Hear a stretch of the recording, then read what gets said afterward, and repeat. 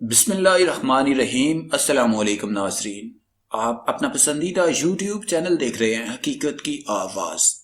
اس video میں ہم آپ کو حمل کے 9ویں ماہ کی مکمل تفصیلات سے آگاہ کریں گے۔ امید ہے کہ آپ اس تفصیلات کی مدد سے اپنے بچے کی نشو و نما کے مختلف مراحل کے بارے میں جان سکتی ہے۔ 9واں ماہ 33 سے 36 ہفتوں پر مشتمل۔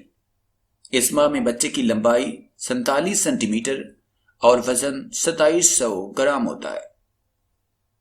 نیز اس کے وزن میں بہت جلد اضافہ ہوتا ہے۔ اس ماہ کے دوران میں بچہ بہت کم حرکت کرتا ہے کیونکہ اس کے وزن میں بہت زیادہ اضافے کی وجہ سے ماں کے پیٹ میں جگہ کی کمی واقع ہو جاتی ہے۔ اس ماہ میں بہت سے بچے پیدائش کی حالت میں آ جاتے ہیں، یعنی سر نیچے کی طرف ہو جاتا ہے۔ نوٹ: بہتر ہے کہ اس مرحلے پر آپ اپنے بچے کا سارا سامان تیار رکھیں کیونکہ بچے کی پیدائش کسی بھی وقت متوقع ہے۔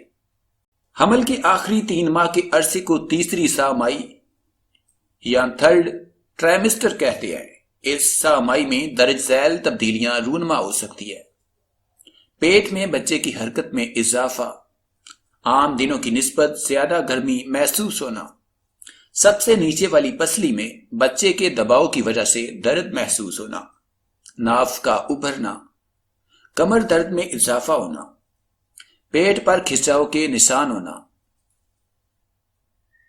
جسم میں خاص طور پر پیٹ پر کھچاؤ کی جگہ خارش ہونا،